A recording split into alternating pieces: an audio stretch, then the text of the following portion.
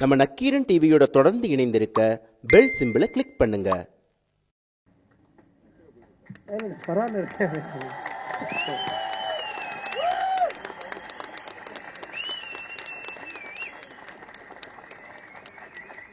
மக்கள் பாதை என்கின்ற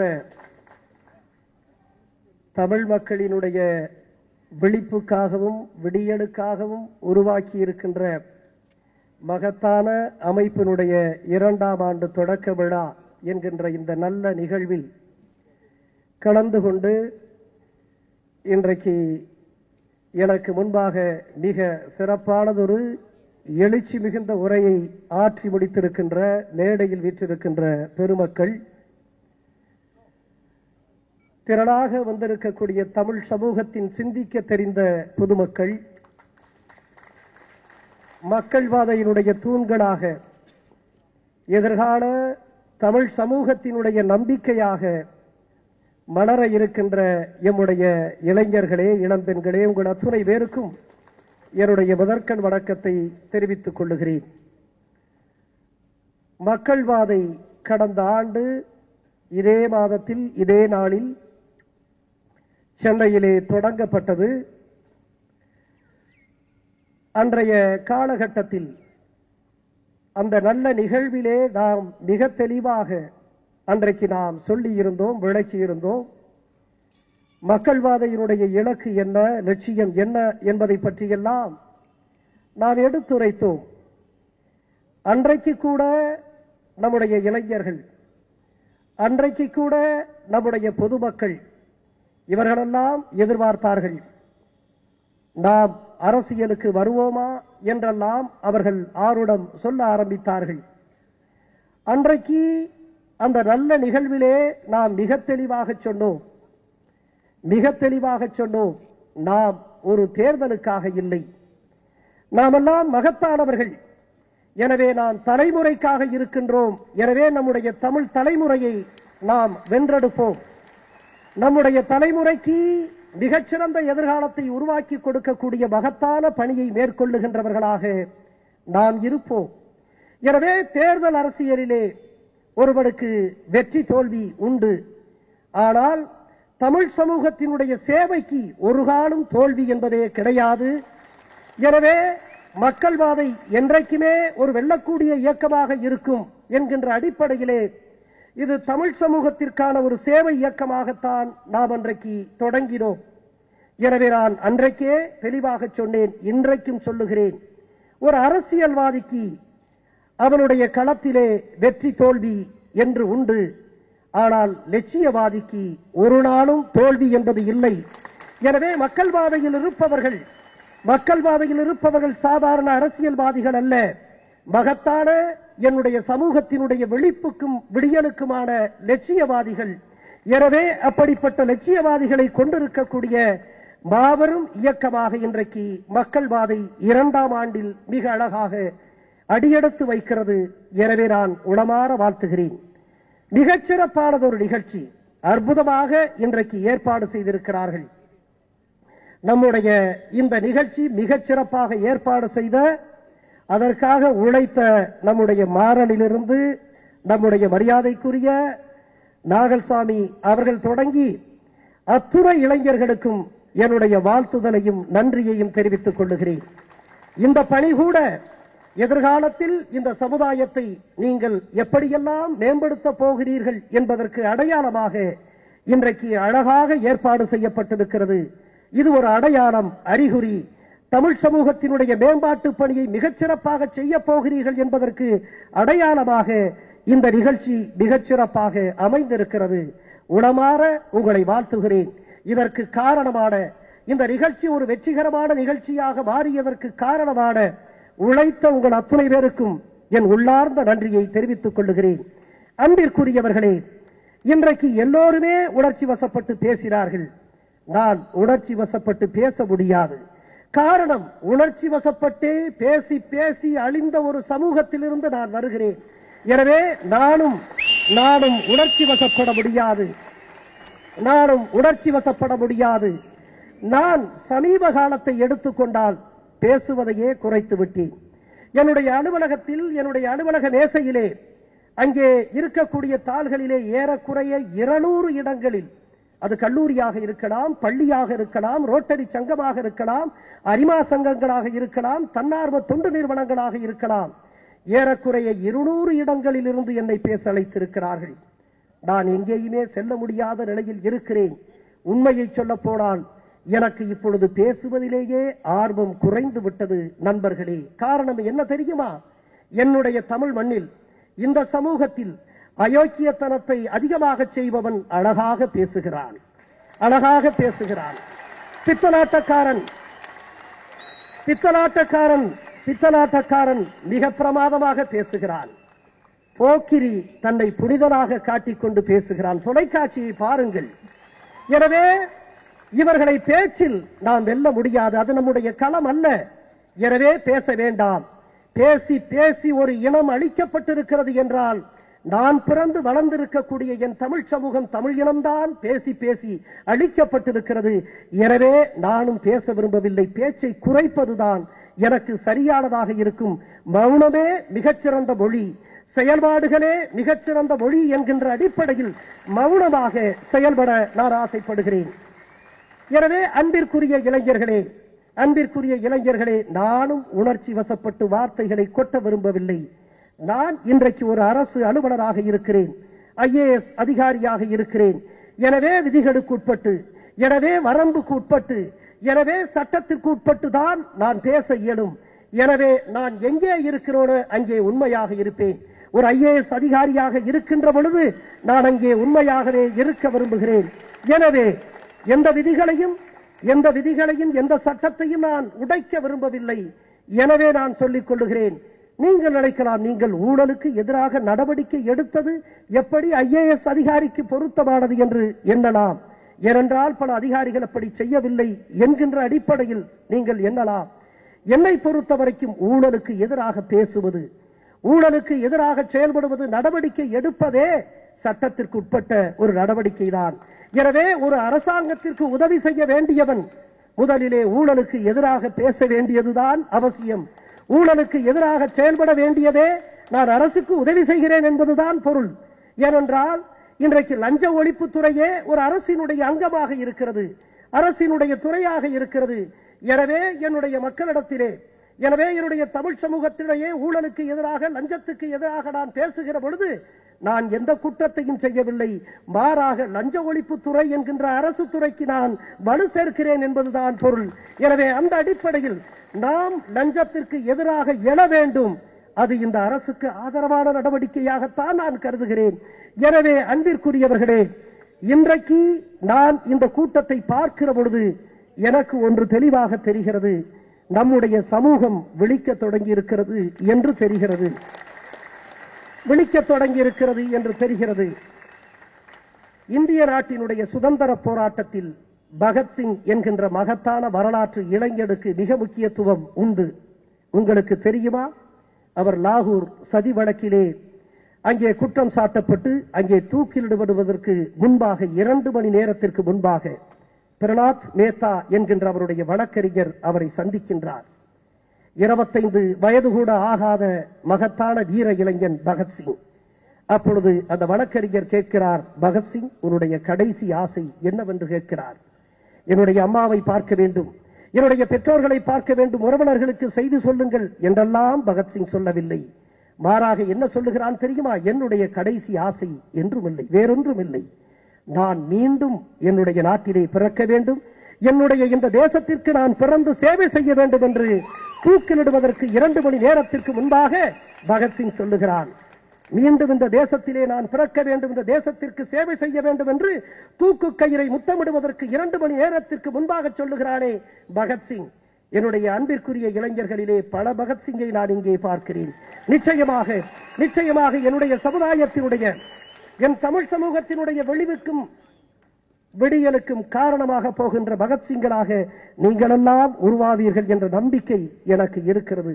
அன்பிற்குரியவர்களே, நான் சமீபத்திலே கடந்த மாதத்தில் உத்தரப்பிரதேசத்திற்கு சென்றிருந்தேன். அங்கே தேர்தல் நடந்தது, சட்டமன்ற தேர்தல் உத்தரப்பிரதேச மாநிலத்திலே நடந்தது. அந்த தேர்தலிலே ஹர்தோய் மாவட்டம் என்கின்ற மாவட்டத்தில் பாலமாவ் என்கின்ற சட்டமன்ற அந்த பேரவை தொகுதியிலே நான் தேர்தல் பார்வையாளராக நான் அங்கே சென்றிருக்கிறேன். அந்த மாவட்டத்திற்கு 8 IAS அதிகாரிகள் உண்டு. அந்த 8 IAS அதிகாரிகள் நாங்கள் தேர்தல் பார்வையாளராக இருக்கிறோம். எனவே அந்த மாவட்டத்திலே அந்த தொகுதியிலே பாலமாவ் தொகுதியிலே நான் பள்ளிக்கூடங்களை ஆய்வு செய்து கொண்டே செல்லுகிறேன். அந்த பள்ளிக்கூடங்கள் தான் வாக்குச்சாவடிகள். எனவே வாக்குச்சாவடிகளிலே தேர்தல் நடத்துவதற்கு உரிய வசதிகள் இருக்கிறதா என்று பார்க்க வேண்டிய கடமையை ஆற்றுவதற்காக ஒவ்வொரு பள்ளியாக நான் சென்று கொண்டிருக்கிறேன். ஒரு பள்ளிக்கும் இன்னொரு பள்ளிக்கும் 2-3 கிலோமீட்டர் இடைவெளி உண்டு. நான் அப்படி சென்று கொண்டிருக்கின்ற பொழுது ஒவ்வொரு ஆய்வை முடித்துவிட்டு நான் கையிலே கொண்டு போய் ஒரு புத்தகம் கொண்டு போய் இருந்தேன். அந்த புத்தகத்தை யார் கொடுத்தது தெரியுமா? நம்முடைய சபரிபாலா. அந்த புத்தகத்தை கொடுத்தார். ராஜராஜ சோழனுடைய கீர்த்தி மிகுந்த வரலாற்றை அவன் எப்படியெல்லாம் அந்த தஞ்சையிலே அந்த கட்டடக்கலை தமிழர்களினுடைய கட்டட கலை ஆற்றல் வெளிவருகின்ற அளவிற்கான ஒரு அதிசயமாக இருக்கிறதே பிரகதீஸ்வரர் பெரிய கோயில், பிரகதீஸ்வரர் ஆலயம். அந்த ஆலயத்தை அவன் கட்டி எழுப்புகின்ற அவருடைய முயற்சிகள், ராஜேந்திர சோழனுடைய மகத்தான வீர வெளிப்பாடுகள், இவற்றையெல்லாம் விளக்குகின்ற பாலகுமாரன் எழுதிய உடையார் என்கின்ற அந்த புத்தகத்தை நான் எடுத்துக்கொண்டு நூலை எடுத்துக்கொண்டு சென்றேன். 480 பக்கங்கள் நான் முடித்து விட்டேன் படித்து. அப்பொழுது ஒரு கிராமத்திலிருந்து இன்னொரு கிராமத்திற்கு செல்லுகிற பொழுது இந்த புத்தகத்தை வாகனத்திலே செல்லுகிற பொழுது படித்துக் கொண்டே செல்லுவேன். ஏனென்றால் நான் உடல் ரீதியாக உத்தரப்பிரதேசத்திலே பயணம் செய்தாலும் உள்ளம் ரீதியாக ஆயிரக்கணக்கான கிலோமீட்டருக்கு அப்பாலே இருக்கக்கூடிய என் தமிழ் மண்ணிலே சோழ மண்டலத்திலே நான் பயணித்துக் கொண்டிருக்கிறேன் என்பதுதான். நான் உத்தரப்பிரதேசத்திலே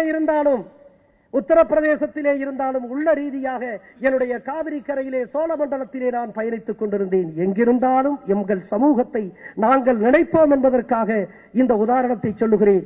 சென்னையிலே இருந்தாலும் எங்கிருந்தாலும் தமிழ் சமூகத்திற்கு ஆபத்து என்கின்ற பொழுது எம்முடைய இளைஞர்கள் கிளந்து எழுவார்கள். நான் நம்பிக்கையற்று இருந்தேன். பல நேரங்களிலே நம்முடைய இளைஞர்கள், நம்முடைய பெரியவர்கள், இந்த சமூகத்தின் மீது உளமாற அக்கறை கொண்டவர்கள் என்னை வந்து கேட்பார்கள். அவர்கள் கேட்பார்கள், ஏதாவது செய்தாக வேண்டும் என்று கேட்பார்கள். இந்த சமூகத்திற்கு நாம் ஏதாவது செய்தாக வேண்டும், அரசியலிலே இறங்க வேண்டும் என்றெல்லாம் அவர்கள் சொல்லுவார்கள்.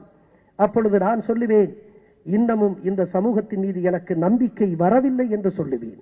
இன்னமும் இந்த சமூகத்தின் மீது எனக்கு நம்பிக்கை வரவில்லை என்று சொல்லுவேன். நம்முடைய வரலாற்றை, தமிழக அரசியல் வரலாற்றை எடுத்துக் கொண்டிருந்தால் ஒரு காலத்தில் நம்முடைய மக்கள் தியாகம் செய்தவர்களை, நல்லவர்களை அவர்கள் ஆட்சி கட்டிலே ஏற்றினார்கள். அதற்கு அடுத்ததாக பேசினால் நல்லவர்களைப் போல, அடுத்ததாக யோசித்தால் நல்லவர்களைப் போல பேசியவர்களை ஆட்சி கட்டிலே ஏற்றினார்கள். அதற்கு அடுத்ததாக வரலாற்றை பேசினால் நல்லவர்களைப் போல நடித்தவர்களை இந்த ஆட்சி கட்டிலே ஏற்றினார்கள். இன்றைக்கு அவசியம் வந்திருக்கிறது. இந்த வரலாற்றை உற்று நோக்குகிற பொழுது தமிழ் மக்கள் மீது எனக்கு நம்பிக்கை இல்லை என்று நான் பல நேரம் சொல்லிக் கொண்டிருந்தேன். 1.5 மாதங்களுக்கு முன்பு வரை இந்த மெரினாவிலே ஏற்பட்ட அந்த எழுச்சி இருக்கிறது அல்லவா, மெரினாவிலே ஏற்பட்டிருக்கிற எழுச்சி அல்லவா, அதை வெறும் நாட்டுக்கான போராட்டம் அல்ல, என் தமிழ்நாட்டுக்கான போராட்டமாகத்தான் அதை நான் கருதினேன். அது நாட்டுக்கான போராட்டம் அல்ல, என் மண்ணுக்கான போராட்டம். ஏதோ காலைக்கான எழுச்சி அல்ல, அது நாளைக்கான எழுச்சியாகத்தான் நான் கருதுகிறேன் என்று நான் நினைக்கிறேன். அது மெரினா எழுச்சி வருணால் எழுச்சிக்கு அது வந்தனம் கூறக்கூடிய எழுச்சியாக இருக்கிறது என்று கருதினேன். எம்முடைய இளைஞர்களுடைய அளப்பரிய அந்த விழிப்புணர்வையும் அந்த விடியலுக்கான அவர்களுடைய தாகத்தை நான் மெரினாவிலே பார்த்தேன். அது எம்முடைய தமிழ் மக்கள் களம் கண்ட ஒரு புனித தலமாக இருந்தது. அதனால்தான் நானே தலைமைச் செயலகத்திலிருந்து வருகின்ற பொழுது நானும் என்னுடைய துணைவியாரை கூட்டிக் கொண்டு வந்து அந்த இடத்திற்கு, நான் அங்கே போராட்டம் நடந்த களத்திற்கு என்னுடைய பாதமும் அந்த புனித தலத்திலே பட வேண்டும் என்பதற்காக நானும் என்னுடைய துணைவியாரும் நாங்கள் அங்கே வந்தோம். ஆனால் உள்ளே வர முடியவில்லை. அவ்வளவு கூட்டம் எங்களை சூழ்ந்து கொண்டார்கள். நாங்கள் திரும்பிவிட்டோம். அன்பிற்குரியவர்களை, அதை பார்த்த பொழுது என் சமூகத்தின் மீது நம்பிக்கை எனக்கு வந்திருக்கிறது. எனவே இந்த நம்பிக்கையை நான் எப்படி உயர்ந்த செயல்பாடாக மாற்றுவது என்பதற்காகத்தான் இன்றைக்கு மக்கள் பாதை தன்னுடைய 2வது ஆண்டிலே அடியெடுத்து வைக்கின்ற பொழுது இத்தனை திட்டங்களை பற்றி இன்றைக்கு விளக்குகிறது. அன்பிற்குரியவர்கள், இந்த மக்கள் பாதையில் எத்தனை திட்டங்களை நாம் நிறைவேற்றுகிறோம். திண்ணை, திடல், கடப்பை, தறி, கூத்து, மக்கள் மருந்தகம், நீரின்றி அமையாது உலகு, குருதி, இப்படி சொல்லிக்கொண்டே போகலாம். மிகச்சிறந்த திட்டங்களை என்னுடைய தமிழ் மக்களுக்காக இன்றைக்கு மக்கள் வாதை அர்ப்பணித்திருக்கிறது. திண்ணை என்பது என்ன? எங்கெல்லாம் எளிய கிராமத்து பிள்ளைகள் அரசு பள்ளிகளிலே தமிழ் வழியிலே படிக்கக்கூடிய பிள்ளைகள், நகரத்திலும் அப்படித்தான் அரசு பள்ளிகளிலே தமிழ் வழியிலே படிக்கக்கூடிய பிள்ளைகளுக்கு ஆங்கிலம் சொல்லிக் கொடுக்க, அறிவியல் சொல்லிக் கொடுக்க, கணிதம் சொல்லிக் கொடுக்க இந்த அமைப்பு ஏற்பாடு செய்கிறது. இதுதான் திண்ணை.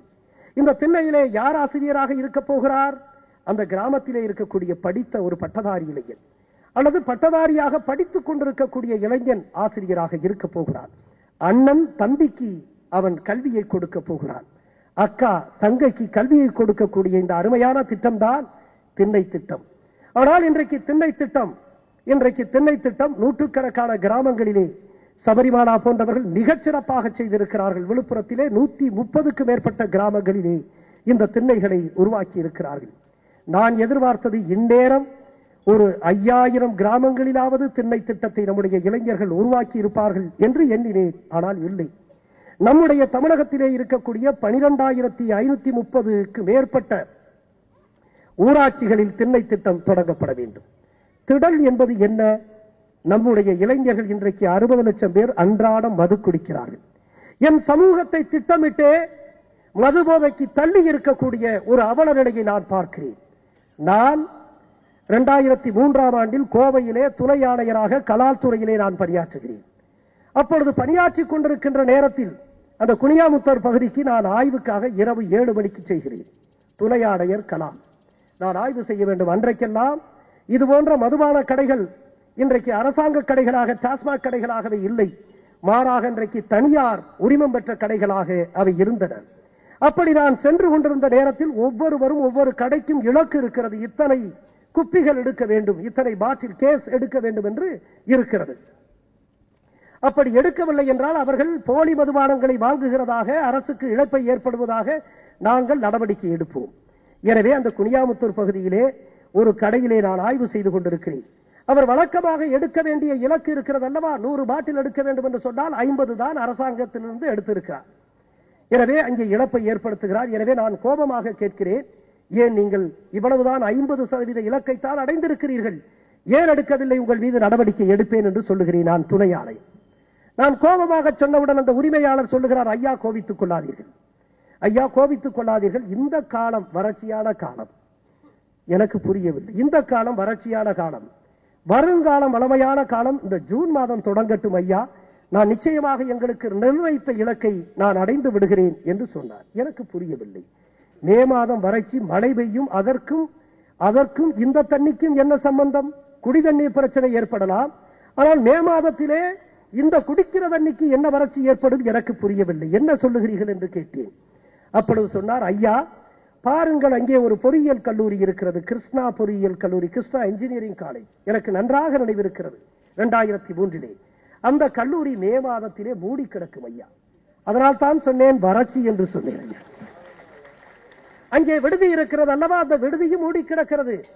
ஜூன் மாதம் இறுதியிலே அந்த விடுதி திறந்து விடும் ஐயா, மாணவர்கள் எல்லாம் வந்து விடுவார்கள், என்னுடைய கடைக்கு குடிக்க வந்து விடுவார்கள், நீங்கள் நிர்ணயித்த இலக்கை அடைந்து விடுகிறேன் என்று சொன்னார். எனக்கு வேதனையாக இருந்தது. என்னுடைய இளம் தளிர்கள், என்னுடைய எதிர்கால தமிழ் சமூகத்தின், இந்த தேசத்தினுடைய நம்பிக்கை நட்சத்திரங்களாக இருக்கக்கூடிய எம் மாணவ பிள்ளைகள், இவர்கள் குடித்துத்தான் இந்த அரசுக்கு வருவாய் ஏற்பட வேண்டும் என்று சொன்னால் அது தேவையில்லை என்று அப்படியே நொந்து போய் நான் கிளம்பி வந்தேன். அன்பிற்குரியவர்களை, நான் கிளம்பி வந்தேன். இன்றைக்கு எம்முடைய மாணவர்கள் குடித்துத்தான் அரசுக்கு வருவாய் வர வேண்டும் என்று சொன்னால் அதைவிட இழுக்கு அவமானம் வேறு இல்லை என்று அந்த பக்கம் நான் போவதே இல்லை. எப்படியாவது என்னை விரைவிலே மாற்றிவிட வேண்டும் என்று நான் ஆசைப்பட்டேன். அங்கே ஒரு மிகப்பெரிய ஒரு ஹோட்டல் மீது நடவடிக்கை எடுத்தேன். 2 நாளில் என்னை மாற்றிவிட்டார்கள். 2 நாளில் என்னை மாற்றிவிட்டார்கள். நான் மாற்றுகின்ற பொழுதெல்லாம் அந்த துன்பத்தை புன்னகையோடு ஏற்றுக்கொள்ளுகின்ற என் துணைவியார் இங்கே வந்திருக்கிறார். எத்தனை வரை துணைவியார் வந்திருக்கிறார். எம்முடைய இளைஞர்களை இன்றைக்கு திட்டமிட்டே இந்த மதுபோதையில் தள்ளிய இந்த அவலத்தை பார்த்து நான் கொதித்து போயிருக்கிறேன். எனவே மாற்றப்பட வேண்டும். எனவே இன்றைக்கு நாம் ஒரு புதிய ஒரு சமூக சூழலை, ஒரு விழிப்புணர்வை உருவாக்குவதற்காக இன்றைக்கு மக்கள் வாதை சிந்தித்து செயல்படுகிறது. நீங்கள் ஒத்துழைப்பு கொடுங்கள், மக்களிடத்திலே செல்லுங்கள், மக்களுடைய நம்பிக்கையை பெறுங்கள். அன்றாடம் 2 கிராமங்களுக்கு செல்லுங்கள், 20 இளைஞர்களை சந்தியுங்கள் என்று நான் சொல்ல ஆசைப்படுகிறேன். உணர்ச்சி வசப்பட வேண்டாம். எப்படியாக இருந்தாலும் பெரிய செயல்களை பற்றி தயவு செய்து பேசாதீர்கள். பேசாதீர்கள், செய்யுங்கள் என்று சொல்லுகிறேன். பேசாதீர்கள், செயல்படுங்கள் என்று சொல்லுகிறேன். எனவே நாங்கள் எல்லாம் பேசப்போவது இல்லை. எனவே நான் எண்ணி பார்க்கிறேன், மதுரையிலே நான் மாவட்ட ஆட்சித்தலைவராக இருந்த பொழுது ஒரு நாள் ஒரு 60 கடைகளை, மதுபான கடைகளை ஆய்வு செய்வதற்கு உத்தரவிட்டு நானே செல்கிறேன். ரோஸ்கோர்ஸ் பகுதியிலே, ரேஸ்கோர்ஸ் பகுதி, கோரிப்பாளையம் பகுதிகளிலே நானே ஆய்வு செய்கிறேன். அப்பொழுது ஆய்வு செய்கின்ற பொழுது என்னை ஆய்வு செய்வதை பார்த்துவிட்டு ஒரு குடிமகன் என்ன சொல்லுகிறான் தெரியுமா? சார், கலெக்டர் சார், ஐ அப்ரிசியேட்டிங் சார் அப்படிங்கிறார். எனக்கு ரொம்ப ஆச்சரியமா இருந்து, குடிச்சா இவ்வளவு அழகா ஆங்கிலம் வருதுன்னு. ஐ அப்ரிசியேட்டிங்கிறான். அதாவது சிம்பிள் பிரசன்ட் டென்ஸ்ல தொடர்ந்து கண்டினியூஸ் பிரசன்ட் கண்டினியூஸ் டென்ஸுக்கு போறான். அவனுக்கு வந்தது அப்படிதான். ஐ எம் அப்ரிசியேட்டிங்கிறது I appreciating sir, collector sir அப்படிங்கிற ஆங்கிலம் குடித்தால் என்னுடைய மக்களுக்கு மிக அழகாக வருகிறது என்பதை அப்பொழுது புரிந்து கொண்டேன். அப்பொழுது புரிந்து கொண்ட அந்த ஆய்வுக்கு அடுத்த ஒரு கடையிலே ஆய்வு செய்கிற பொழுது ஒரு 18 வயது இளைஞன் அவனை பார்த்து அவன் குடிக்கிறான். 2-3 மாணவர்கள் குடிக்கிறார்கள். நான் நொந்து போனேன். எம் இளம் தளிர்கள், எந்த பெற்றோர்களினுடைய நம்பிக்கையை அவர்கள் தக்க வைக்க வேண்டுமோ தகர்த்து கொண்டிருக்கக்கூடிய அந்த காட்சியை பார்த்து நான் நொந்து போனேன். என் சமூகத்தை ஆழமாக நேசிக்கின்ற என்னை போன்ற இந்த இளைஞர்களை ஆழமாக நேசிக்கின்ற என்னை போன்ற கலைஞர்கள் பார்க்கிற பொழுது வேதனை அடைந்தேன். நான் கோபப்பட்டு கேட்டேன், எங்கே படிக்கிறாய் என்று கேட்டேன். கல்லூரியை சொன்னான். கல்லூரியிலே என்ன வயது என்று கேட்டேன். 18 வயது என்று சொன்னான். 18 வயதில் என்ன எதற்காக இங்கே வந்திருக்கிறாய் என்று கேட்டேன். ஐயா, நண்பனுக்கு பர்த்டே, அதனால் வந்தேன் என்று சொன்னான். பிறந்த நாளுக்கு கேக்கு வெட்டுங்கள், எதற்கப்பா இங்கே மது குடிப்பதற்கு வருகிறீர்கள் என்று சத்தம் போட்டுவிட்டு அப்படியே அனுப்பிவிட்டேன். வெளியிலே அனுப்பி அந்த கடைக்காரர்களை நான் சத்தம் போட்டேன். அந்த பார்காரர்களை சத்தம் போட்டேன். ஏன் இது போன்ற இளம் தளிர்களை, மாணவர்களை அனுமதிக்கிறீர்கள் என்று சொன்னேன்.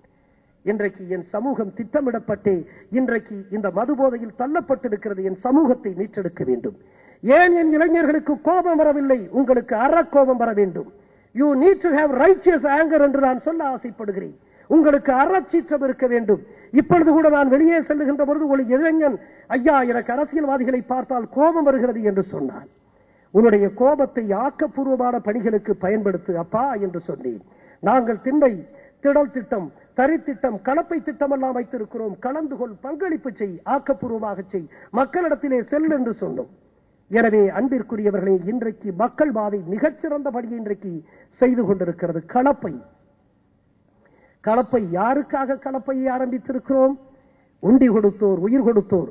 எனக்கு உயிர் கொடுத்திருக்கிறானே இந்த விவசாயி, அவருடைய வாழ்க்கை மேம்பாட்டிற்காக தொடங்கப்பட்டதுதான் கலப்பை.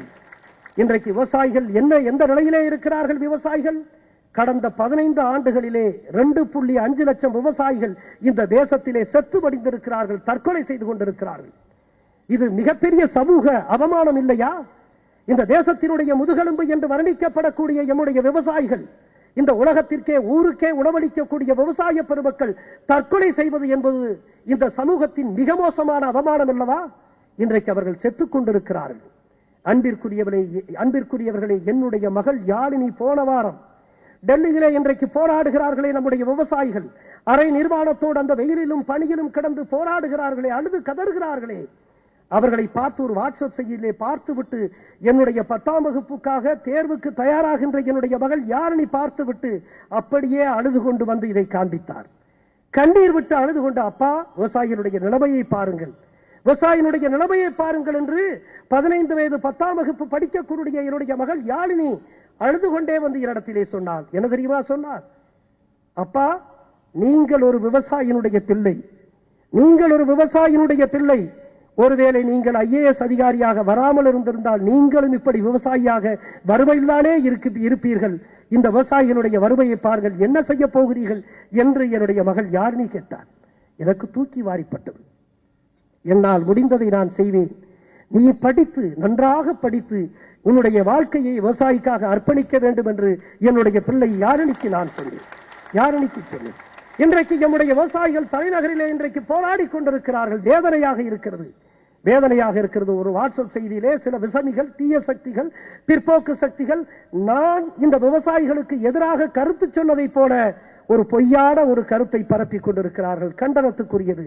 ஒரு காலம் எனக்கு உணவிடக்கூடிய விவசாயிக்கு எதிராக ஒரு வார்த்தை சொல்லக்கூடிய ஈனப்பிரதி நான் அல்ல. எனவே விவசாயிகளுக்காக நாம் குரல் கொடுக்க வேண்டும். அன்பிற்குரியவர்களே, விவசாயிகளுக்காக நாம் குரல் கொடுக்க வேண்டும். விவசாயிகளுக்காக குரல் கொடுக்க வேண்டும். இன்றைக்கு அவர்களுடைய அவல நிலையை மாற்றுவதற்கு கலப்பை திட்டத்தை நாம் உருவாக்கி இருக்கிறோம். தறி, நம்முடைய நெசவாள பெருமக்கள் இருக்கிறார்களே, தறி பல நேரங்களிலே நான் சொல்லியிருக்கிறேன். நான் அரியலூர் மாவட்டத்திலே அங்கே ஜெயங்கொண்டபுரம் அந்த பகுதிகளிலே செங்குந்தபுரம் என்று இருக்கிறது. ஜெயங்கொண்டம் பகுதிகளிலே செங்குந்தபுரம் என்று ஒரு பகுதி இருக்கிறது. அங்கே முழுக்க இந்த நெசவு குடிகள் வாழ்கிறார்கள். ஒரு நாள் நான் கோஆப்டெக்ஸினுடைய மேலாண் இயக்குநராக இருந்த பொழுது நான் அங்கே ஆய்வுக்காக சென்ற பொழுது அங்கே ஒரு பெரியவர் இருக்கிறார். அவரை போய் பார்த்து கேட்டேன், உங்களுடைய பெயர் என்னவென்று கேட்டேன். சிவக்கொழுந்து முதலியார் என்று சொன்னார். உங்களுக்கு வயது என்னவென்று கேட்டேன். 90 வயது என்று கேட்டார். என்ன நெய்து கொண்டிருக்கிறீர்கள் என்று. சேலை நெய்து கொண்டிருக்கிறீர்கள். ஒரு நாளைக்கு எத்தனை சேலை நெய்வீர்கள் என்று கேட்டேன். ஒரு சேலை 6 மீட்டர் நீளமுள்ள ஒரு சேலையை நெய்கிறார். உங்களுக்கு எவ்வளவு கூலியாக கிடைக்கிறது என்று கேட்டேன். 80 ரூபாய் என்று சொன்னார். 90 வயதுக்கு உரிய பெரியவர் ஒரு நாளைக்கு 6 மீட்டர் சேலையை நெய்வதற்கு கூலியாக பெறுவது 80 ரூபாய். அன்பிற்குரிய இளைஞர்களே, இளம்பெண்களே, உங்களுக்கு சொல்லுகிறேன், 6 மீட்டர் சேலையை நெய்வதற்கு ஒரு நெசவாளி 20,000 முறை கையையும் காலையும் உடலையும் அசைக்க வேண்டி இருக்கிற கொடுமையை யார் அறிவார்? அன்பிற்குரியவர்களே, இவ்வளவு கடுமையான வேலையை செய்கின்ற எம் நெசவு குடிக்கு கிடைக்கின்ற ஒரு நாள் கூலி 90 வயது பெருமகனாருக்கு 90 ரூபாய் கூட கிடையாது. எனவேதான் இன்றைக்கு தறி திட்டத்தை நாங்கள் தொடங்கி இருக்கிறோம். அவர்களிடத்திலிருந்து சேலையை பெறுகிறோம். இங்கே இருக்கக்கூடிய நகரத்திலே இருக்கக்கூடிய வசதி பெற்ற வாய்ப்பு பெற்ற மக்களுக்கு நாம் அதனை விற்பனை செய்கிறோம். விற்பனை செய்து அப்படியே லாபத்தை நேரடியாக கொடுக்கிறோம். இன்றைக்கு கூட நம்முடைய நெசவு பெருமக்கள் வாழ்ந்தார்கள், அதை பெற்றார்கள், வாங்கிக் கொண்டார்கள். எனவே அன்பிற்குரியவர்களை, இப்படி பல்வேறு திட்டங்களை பற்றி நான் சொல்லிக்கொண்டே போகலாம். எனவே உங்களுடைய பங்களிப்பை அதிகமாக செய்யுங்கள். அரசியலை பற்றி இங்கே பேசியவர்களெல்லாம் சொன்னார்கள். தமிழ் சமூகம் தன்னுடைய தலைவர்களை கண்டறியும், ஒரு நாள் கண்டறியும் என்ற நம்பிக்கை எனக்கு இருக்கிறது. சரியான தருணத்தில் சரியான தலைவர்களை என்னுடைய சமூகம் கண்டறியும் என்கின்ற நம்பிக்கை எமக்கு இருக்கிறது. எனவே அந்த வகையில் இன்றைக்கு மக்கள் வாதை மிகச்சிறப்பாக செய்ய வேண்டும் என்று நான் ஆசைப்படுகிறேன். எனவே இன்றைக்கு எண்ணி பாருங்கள் அன்பிற்குரியவர்களே, எத்தகைய சூழலில் இன்றைக்கு நாம் வாழ்ந்து கொண்டிருக்கிறோம்.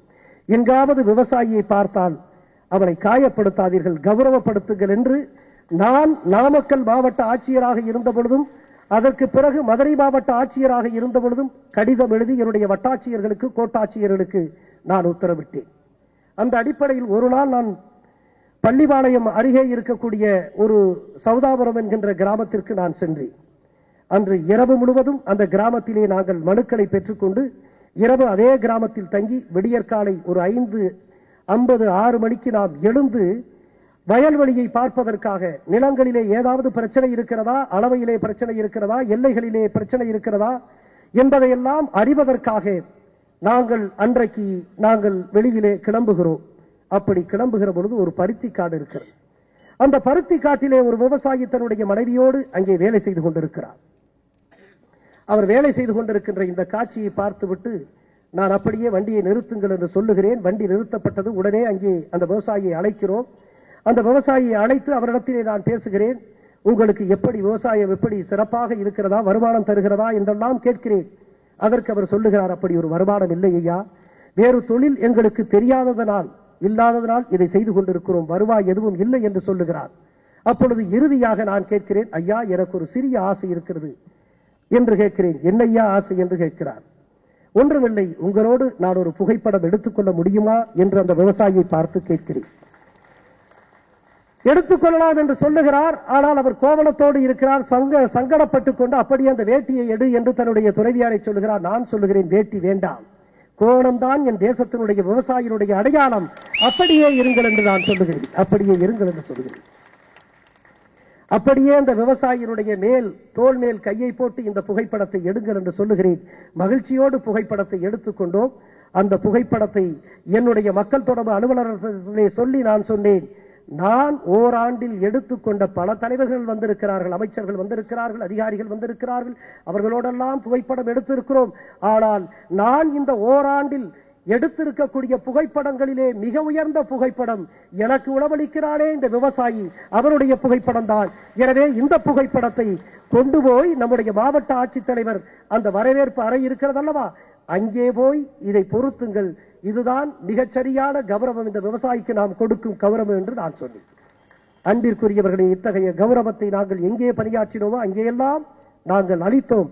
எனவே நான் இன்றைக்கு சொல்லுகிறேன், நாம் இன்றைக்கு மக்கள்வாதையாக இருந்தாலும் சரி, நம்முடைய இளைஞர்கள் ஒரு காலம் அந்த விவசாயிகளுக்கு எதிரான சிறு நடவடிக்கைகளிலே கூட ஈடுபடக்கூடாது. அவர்கள் பக்கம் நாம் தொடர்ந்து நிற்போம், அவர்களை ஆதரிப்போம் என்று நான் கேட்டுக்கொள்கிறேன்.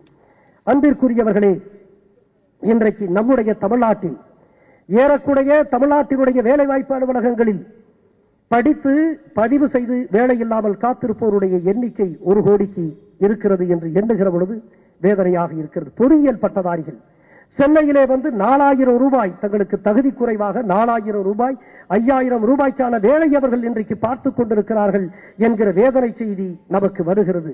அன்பிற்குரியவர்களை, நாங்களெல்லாம் படிக்கின்ற காலம் உண்டு. நாங்கள் சென்னையிலே, நான் நயோலா கல்லூரியிலே படித்த காலத்தில் அன்றைக்கு இளைஞர்களிடத்திலே நாங்கள் கவிதையை போல் பேசிக் கொள்ளுவோம். எப்படி நானே மேடைகளிலே சொல்லி இருக்கிறேன், அப்பொழுது மேடைகளிலே நான் சொல்லி இருக்கிறேன், எனக்கு தெரியும், நான் ஒரு பிஎஸ்சி பட்டதாரி, அப்படி நாங்கள் சொல்லிக் கொள்ளுவோம்.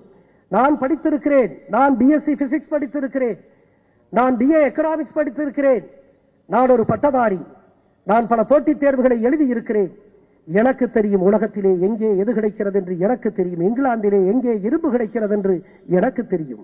நான் அன்றைக்கு எப்படியெல்லாம் பேசி இருக்கிறோம்.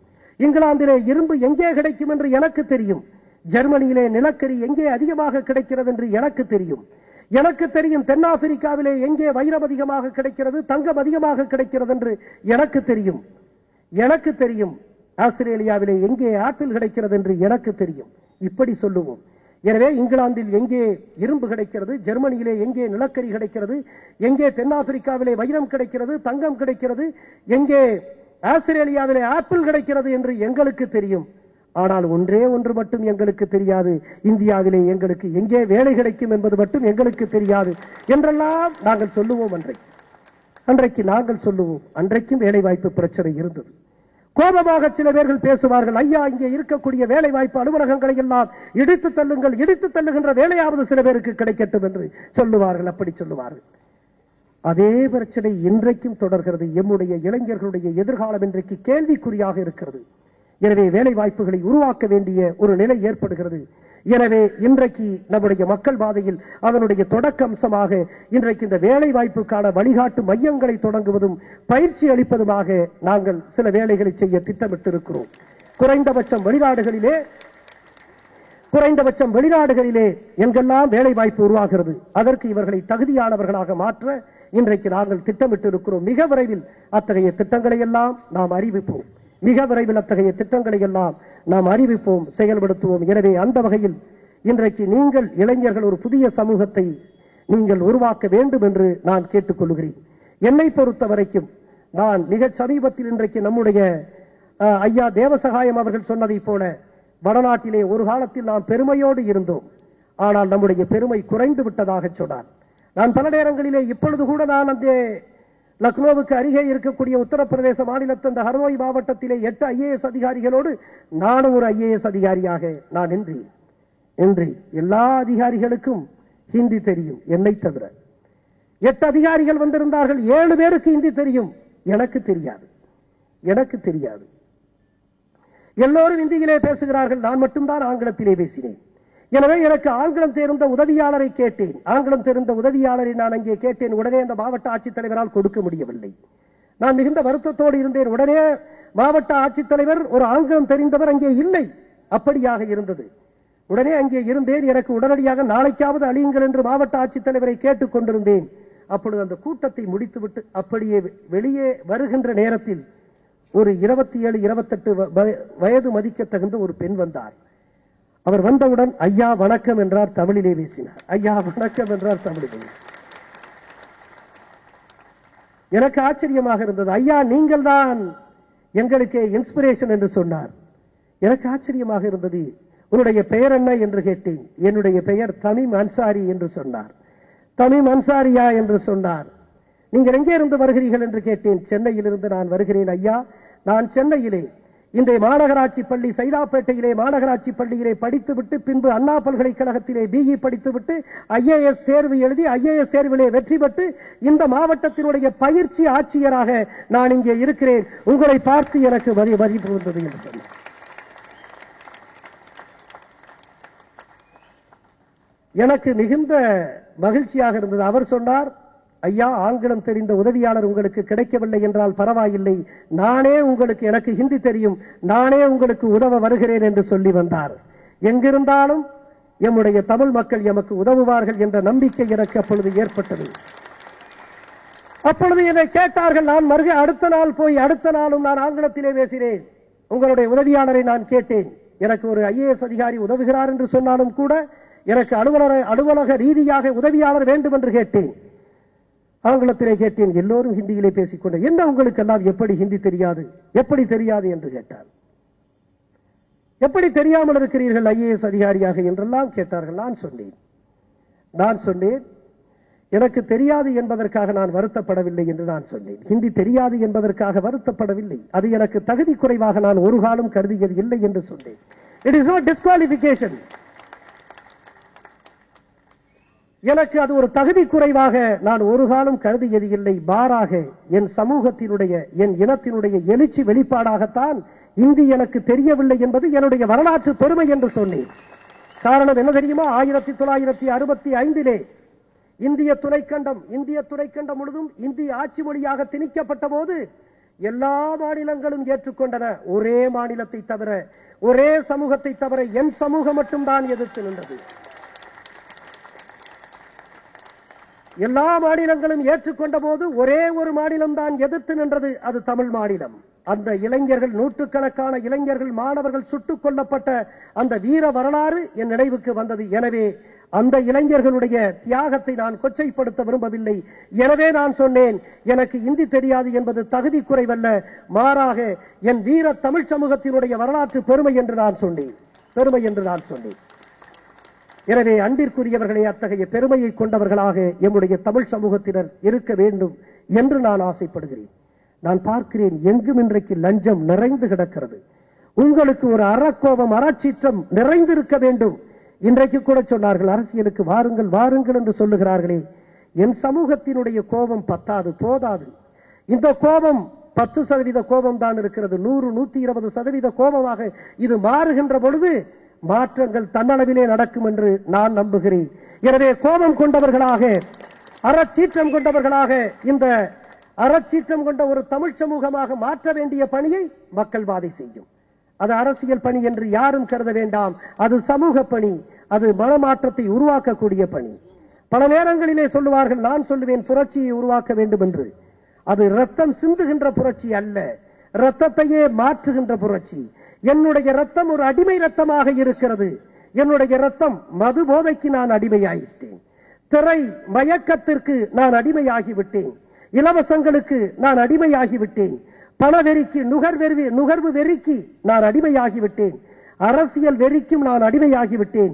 எனவே என்னுடைய ரத்தத்தில் இந்த அடிமை குணம் நிரம்பி இருக்கிறது. எனவே ரத்தத்தை மாற்றுகின்ற புரட்சியை நம்முடைய மக்கள்வாதி மேற்கொள்ள வேண்டும் என்று நான் எண்ணுகிறேன். ரத்தம் சிந்துகின்ற புரட்சி அல்ல, இது ரத்தத்தை மாற்றுகின்ற புரட்சி.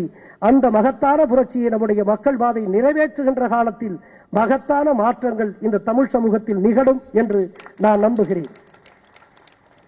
அன்பிற்குரியவர்களே, காந்தியடிகளுடைய வரலாற்றை நீங்கள் உற்று நோக்கினால், அவர் லண்டனிலே போய் பாரிஸ்டர் பட்டம் பெற்று பிறகு இந்தியா வருகிறார். அதற்கு பிறகு தென்னாப்பிரிக்காவுக்கு செல்லுகிறார். அப்படி செல்லுகிற பொழுது அங்கே அவர் வழக்கறிஞர் தொழிலுக்காக சென்றுகிற பொழுது ஒரு நாள் டர்பனில் இருந்து பிரிட்டோரியாவுக்கு அவர் ரயில் பயணம் மேற்கொள்ளுகிறார். ரயில் பயணம் மேற்கொள்ளுகிற பொழுது இவர் முதல் வகுப்பிலே பயணம் செய்கிறார். வழக்கமாக முதல் வகுப்பிலே பயணம் செய்வது வெள்ளைக்காரர்களுக்கு மட்டுமே ஆன தகுதி. எனவே மாரிஸ்பர்க் என்கின்ற இடத்திலே வெள்ளைக்கார அதிகாரிகள் வந்து, நீ 2வது வகுப்புக்கு செல் என்று சொல்லுகிறார். இவர் மறுக்கிறார். நான் முதல் வகுப்புக்கு, நான் இங்கே அதற்கான அந்த உரிமை சீட்டத்தை நான் பெற்றிருக்கிறேன், எனவே நான் செல்ல முடியாது என்று சொல்லுகிறார். கொஞ்ச நேரத்தில் காவலர்கள் அழைத்து வரப்பட்டு இவருடைய படுக்கைகள் எல்லாம் வீசி எறியப்பட்டு இவர் அங்கே தள்ளப்படுகிறார். இரவு நேரம். அப்படியே தள்ளப்பட்ட நேரத்தில் அவமானம் பெருக அப்படியே குன்றி போய் உட்காருகிறார். காந்தியடிகள் அன்றைக்கு அவமானப்பட்ட பொழுதுதான் இந்த தேசத்தினுடைய சுதந்திரத்தினுடைய எழுச்சியை அவரால் கனவு காண முடிந்தது.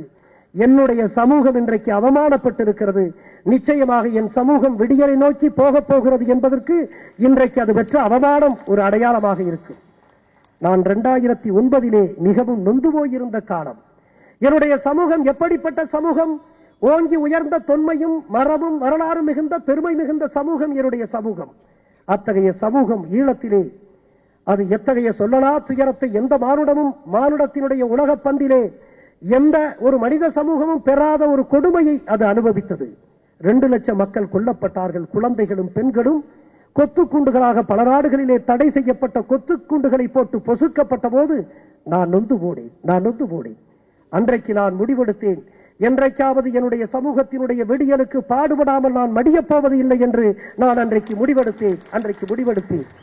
ஆனாலும் என் சமூகத்தினுடைய சீற்றம் போதாது, என்னுடைய சமூகத்தினுடைய கோபம் போதாது. எனவே இந்த சமூகத்து இளைஞர்களை அறச்சீற்றம் கொண்டவர்களாக, அறக்கோபம் கொண்டவர்களாக மக்கள் பாதை மாற்றும் என்று நான் நம்புகிறேன்.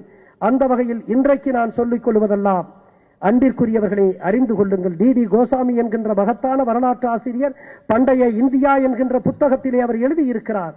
ரவீந்திரநாத் தாகூர் வாழ்ந்த வங்கத்திலே அவர் வாழ்ந்த அந்த அடிச்சுவடே தெரியாமல் அவர் வாழ்ந்த வீட்டருகே சாந்தால் என்கின்ற பழங்குடியினர் மக்கள் இருக்கிறார்கள். அவருடைய பெருமையை, அவருடைய கல்வியினுடைய உயர்வை அறியாத மக்களாக சாந்தால் என்கின்ற மக்கள் இருக்கிறார்கள். அப்படிப்பட்ட மக்களாக தமிழ் மக்கள் நம்முடைய முன்னோர்களினுடைய பெருமையெல்லாம் அறியாமல் இருக்கிறோம். இந்த மண்ணிலே எத்தகைய நேர்மையாளர்கள் இருந்திருக்கிறார்கள் தெரியுமா? உங்களுக்கு தெரியுமா? ஒரு பெருமகனாரே 1975 அக்டோபர் 2 மாரடைப்பால் மரணித்தார் ஒரு பெருமகனார். 1975 அக்டோபர் 2 மாரடைப்பால் மரணித்தார் ஒரு பெருமகனார். அந்த பெருமகனார் யார் தெரியுமா? 9 ஆண்டு காலம் இந்த நாட்டினுடைய சுதந்திரத்திற்காக 9 ஆண்டு காலம் சிறை சென்றவர். 9 ஆண்டு காலம் தமிழகத்தினுடைய முதலமைச்சராக மிகச்சிறந்த நேரிய ஆட்சியை கொடுத்தவர். ஆறுகள் ஓடிய இடத்திலெல்லாம் அணைகளை எழுப்பி விவசாயிகளுக்கு வாழ்வு கொடுத்த பெருமகனார். தான் படிக்கவில்லை என்றாலும்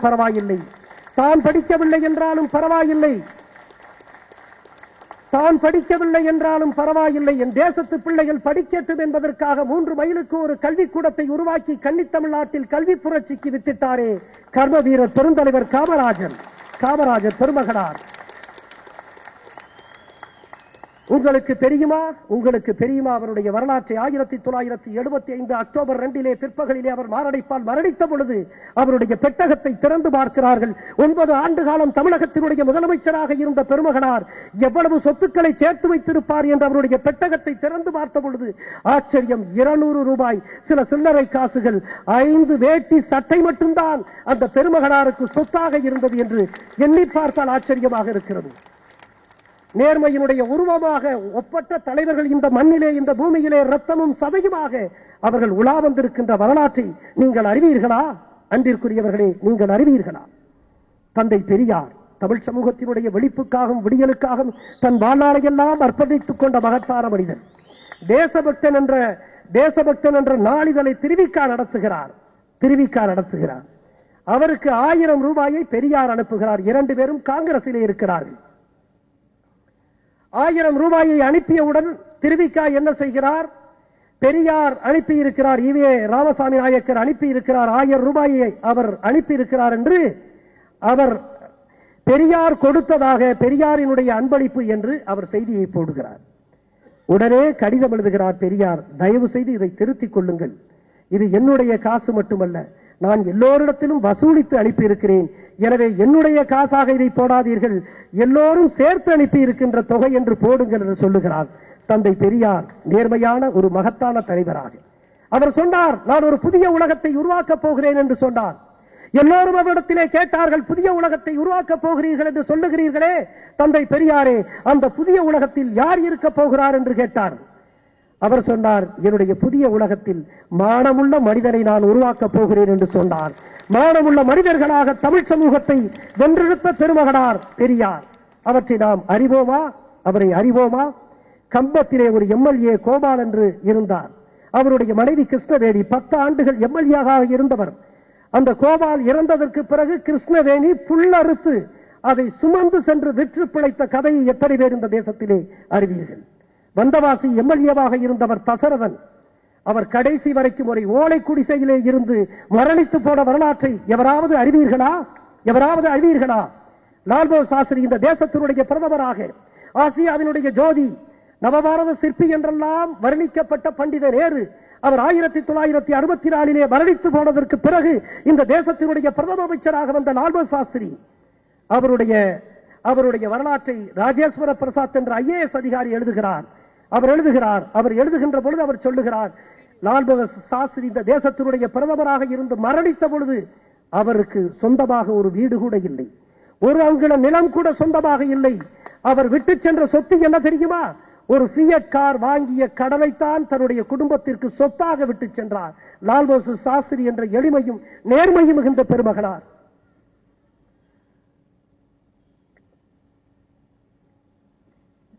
என்ற பெருமகனார். இத்தகைய மகத்தான தலைவர்களை நாம் இந்த தேசம் பெற்றிருந்தது. அது மட்டுமா? மொராஜி தேசாய் என்கின்ற மகத்தான தலைவரை பற்றி தெரியுமா? மொராஜி தேசாய் இந்த தேசத்தினுடைய பிரதமராக 1977-79 இருந்தவர். நேர்மையினுடைய பிறப்பிடமாக இருப்பிடமாக இருந்தவர். அவர் முன்பு ஒருங்கிணைக்கப்பட்ட பம்பாய் மாநிலத்தினுடைய முதலமைச்சராக இருக்கிறார். குஜராத், மகாராஷ்டிரம் எல்லாம் ஒன்றாக இருந்த காலத்தில் இருந்தவர் அவர். அப்படி இருந்த பொழுது, முதலமைச்சராக இருந்த பொழுது, இவருடைய மகள் இந்து, அவர் மருத்துவக் கல்லூரியிலே நன்றாக படிக்கக்கூடியவர், தேர்வு எழுதுகிறார். ஏதோ காரணத்தில் தேர்விலே தேர்ச்சி பெறவில்லை என்று வருகிறது. உடனே இந்து வருகிறார். தன்னுடைய தந்தையாக இருக்கக்கூடிய, முதலமைச்சராக இருக்கக்கூடிய தன்னுடைய தந்தையிடத்திலே வந்து கேட்கிறார், அப்பா, நான் மிக நன்றாக எழுதினேன், நான் நன்றாக படிப்பேன் என்பது உங்களுக்கு தெரியும், நான் மிக நன்றாக எழுதினேன், தேர்வு எழுதினேன், ஆனால் தேர்வு தேர்ச்சி பெறவில்லை என்று வருகிறது.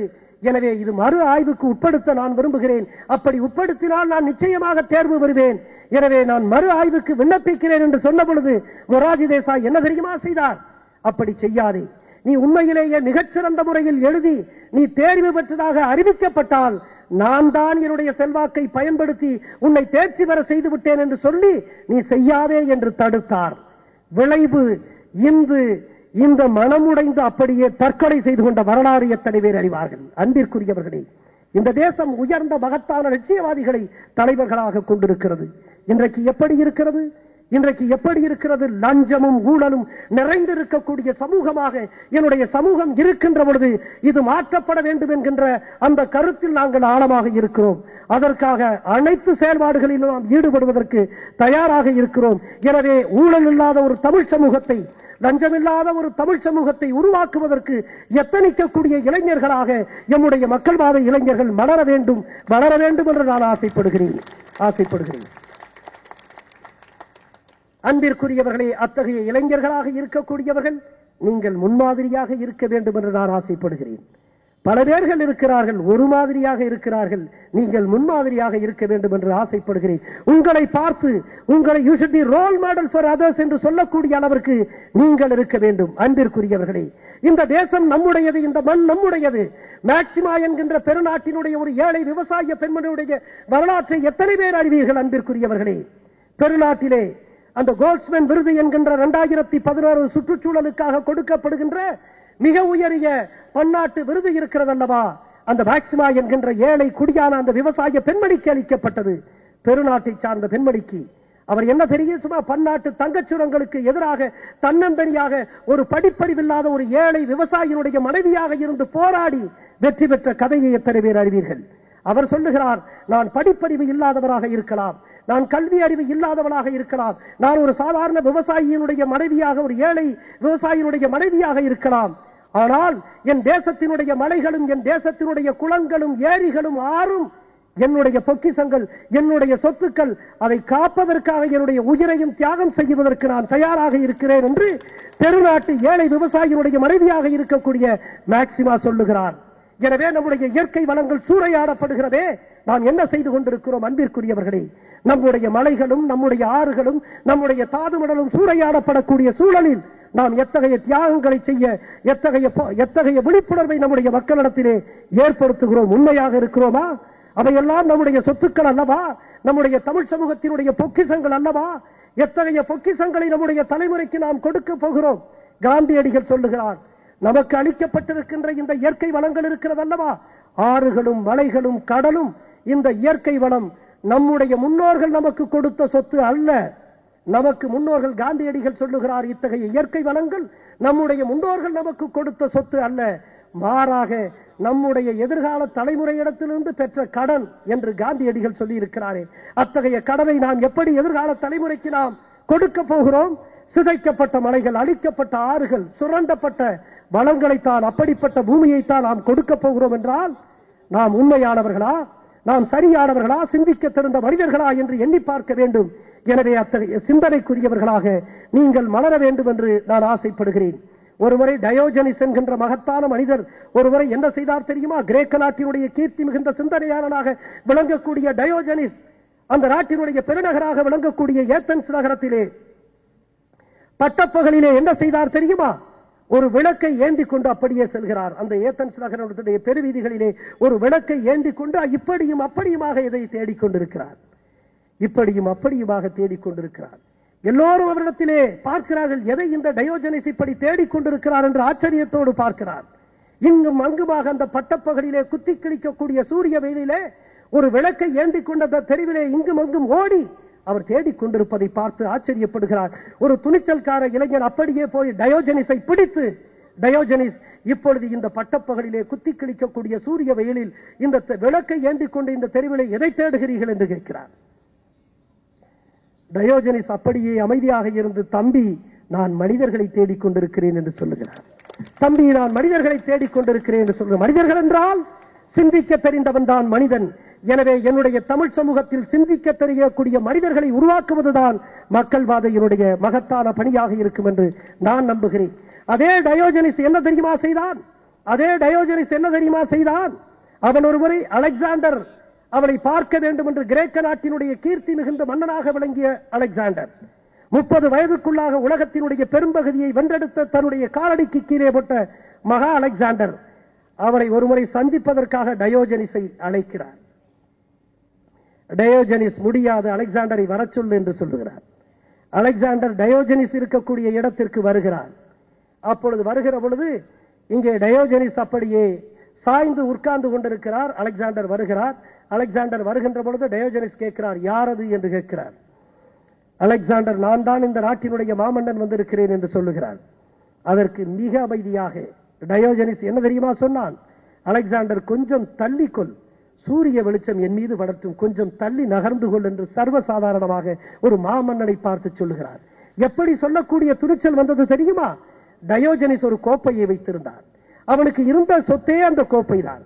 அந்த கோப்பையிலே தான் யாராவது உணவளித்தால் அதிலே பெற்று அப்படியே சாப்பிடுவது. அந்த கோப்பை மட்டும்தான் அவனுக்கு சொத்து. ஒருமுறை ஆற்று அருகே அந்த கோப்பையை வைத்துக் கொண்டு அவன் உட்கார்ந்து கொண்டிருக்கிறான். அப்பொழுது ஒரு நாய் வருகிறது. அந்த நாய் ஆற்று தண்ணியை அப்படியே, அந்த ஆற்று தண்ணியை தன்னுடைய நாக்கால் அப்படியே அது பருகிக் கொண்டிருக்கிறது. இதை பார்க்கிறான்.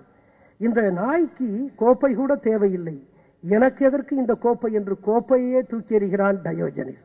டயோஜனிஸ் தூக்கி எறிகிறான்.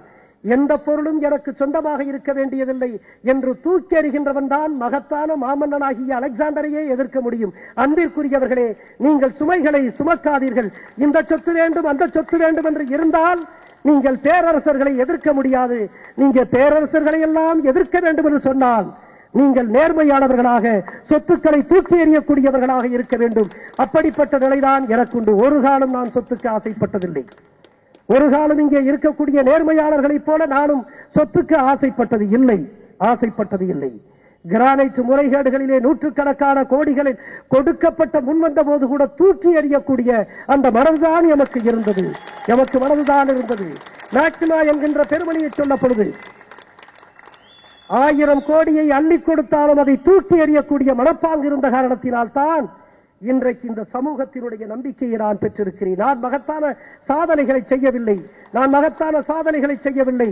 புதுக்கோட்டை மாவட்டம் என்கின்ற தஞ்சைக்கும் மலையை பெறக்கூடிய வளமான தஞ்சைக்கும் திருச்சிக்கும் அருகே இருக்கக்கூடிய ஒரு சாதாரண மழை பெறாத புதுக்கோட்டை மாவட்டத்தினுடைய ஒரு எளிய விவசாயினுடைய 5 மகன்களில் கடைசி மகனாக பிறந்தவன் நான்.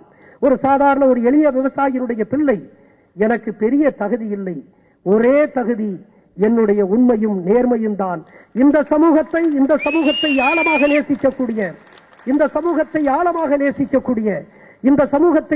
நேசிக்கக்கூடிய என்னுடைய உண்மையாக நேசிக்கக்கூடிய பாவனை இல்லாமல் பாசாங்கு இல்லாமல் இந்த சமூகத்தை உளமாற நேசிக்கக்கூடிய பண்பை காட்டிலும் வேறு எனக்கு எந்த தகுதியும் இல்லை.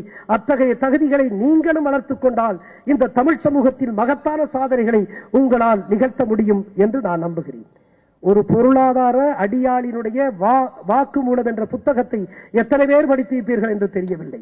ஜான் பெர்கின்ஸ் என்ற எழுதக்கூடிய அந்த மனிதருடைய அந்த வாக்குமூல புத்தகத்திலே அவர் அமெரிக்க நாட்டிலே ஒரு பெரிய பன்னாட்டு நிறுவனத்திலே வேலை செய்கிறார்.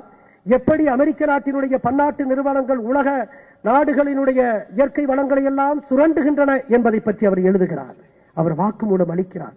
மிகவும் அபாயகரமான செய்தியை அவர் சொல்லுகிறார். அதற்காக பல அபாயங்களை சந்திக்கிறார். அப்பொழுது இந்த புத்தகத்தை எழுதியதற்கு பிறகு எழுதிக் கொண்டிருக்கின்ற காலத்தில் தன்னுடைய மகள் ஜெசிகாவை பார்த்து சொல்லுகிறார், அன்பிற்குரிய மகளே, உன்னுடைய தந்தை ஒரு அபாயகரமான வேலையில் ஈடுபட்டிருக்கிறேன்.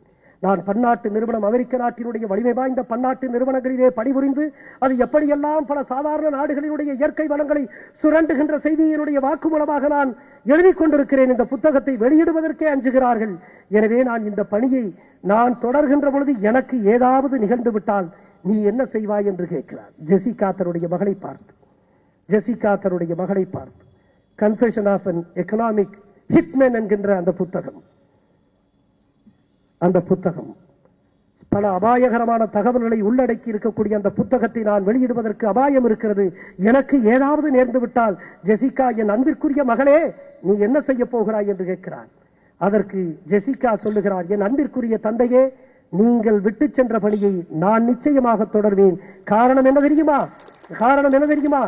என் வயிற்றில் உருவாகக்கூடிய பேரப்பிள்ளைகள் என் தலைமுறைக்கு செய்யக்கூடிய மிகச் சரியான செயல் அதுதான். எனவே நான் நீங்கள் விட்டு செல்லக்கூடிய பணியை செய்வேன் என்று ஜெசிகா அந்த அபாயகரமான புத்தகத்தை எழுதிய தன்னுடைய தந்தையிடத்திலே சொல்லுகிறார். அன்பிற்குரியவர்களே, ஜெசிகாவை போல நாங்களெல்லாம் தொடங்கக்கூடிய பணிகளை நீங்கள் தொடர்ந்து செய்ய வேண்டும். காரணம், எதிர்கால தமிழ் தலைமுறைக்காக அதை செய்ய வேண்டும் என்று நான் கேட்டுக்கொள்கிறேன். இன்றைக்கு கூட நம்முடைய ஐயா தேவசகாயம் அவர்கள் குறிப்பிட்டதை போல உலகத்தில் நடக்கக்கூடிய பல அவலங்களுக்கு காரணம் அந்த அவலங்களை செய்யக்கூடிய ஒரு சில குற்றவாளிகள் அல்ல. மாறாக இந்த அவலங்களை எல்லாம், அக்கிரமங்களை எல்லாம், அநீதிகளை எல்லாம் பொறுத்துக் கொள்ளுகின்ற பெரும்பான்மையாக இருக்கக்கூடிய இந்த மௌனமான மக்களால் தான் இத்தனை குற்றங்கள் நடக்கிறது என்று மார்ட்டின் லூதர் கிங் சொல்லுகிறார். எனவே இனிமேல் அக்கிரமங்களை பார்த்து பொறுத்துக் கொண்டிருக்கக்கூடிய சடங்களாக நாம் இருக்க போவது இல்லை என்பதை மட்டும் நீங்கள் நிரூபிக்க வேண்டும். அதற்கு மக்கள்வாதி மிகச்சரியான பயிற்சியை கொடுக்கும் என்று நம்புகிறேன். எனவே அந்த அளவில் இன்றைக்கு மிகச்சிறந்த முறையில் இன்றைக்கு பெருந்திரளாக வந்திருக்கக்கூடிய உங்களை நான் கேட்டுக்கொள்வதெல்லாம், நீங்கள் மற்றவர்களுக்கு முன்மாதிரியாக இருங்கள், கிராமங்களுக்கு செல்லுங்கள், இளைஞர்களை சந்தியுங்கள், விழிப்புணர்வுகளை உருவாக்குங்கள், எந்த அளவிற்கு முடியுமோ உதவிக்கரம் நீட்டுங்கள். குறிப்பாக விவசாயிகளுக்கு, நெசவாளிகளுக்கு, கிராமங்களிலே இருக்கக்கூடிய ஒடுக்கப்பட்ட மக்களுக்கெல்லாம் உதவிக்கரம் நீட்டுங்கள். நிச்சயமாக நீங்கள் முன்மாதிரியாக இருப்பீர்கள். நீங்கள் முன்மாதிரியாக இருக்கின்ற பொழுது இந்த இயக்கம் முன்மாதிரியான ஒரு இயக்கமாக உருவெடுக்கும். நான் சொல்லுகிறேன், நாளைய தமிழ் சமூகத்தினுடைய ஒரே நம்பிக்கையாக மக்கள் பாதைதான் இருக்க போகிறது என்பதில் எந்த மாற்று கருத்தும் இல்லை. எனவே மக்கள் பாதையினுடைய நம்பிக்கையாக நீங்கள் இருங்கள். நிச்சயமாக வளமான தமிழ் சமூகத்தை உங்களால் தான் உருவாக்க முடியும் என்று நம்புகிறேன். உளமாற இந்த 2ஆம் ஆண்டு தொடங்கக்கூடிய இந்த நல்ல நாளில் உளமாற உங்களை வாழ்த்துகிறேன். நிச்சயமாக தமிழ் சமூகம் வெற்றி பெறக்கூடிய நாள் வெகு விரைவில் இருக்கிறது என்று சொல்லி இந்த வாய்ப்புக்கு நன்றி கூறி உரை முடிக்கிறேன். வணக்கம்.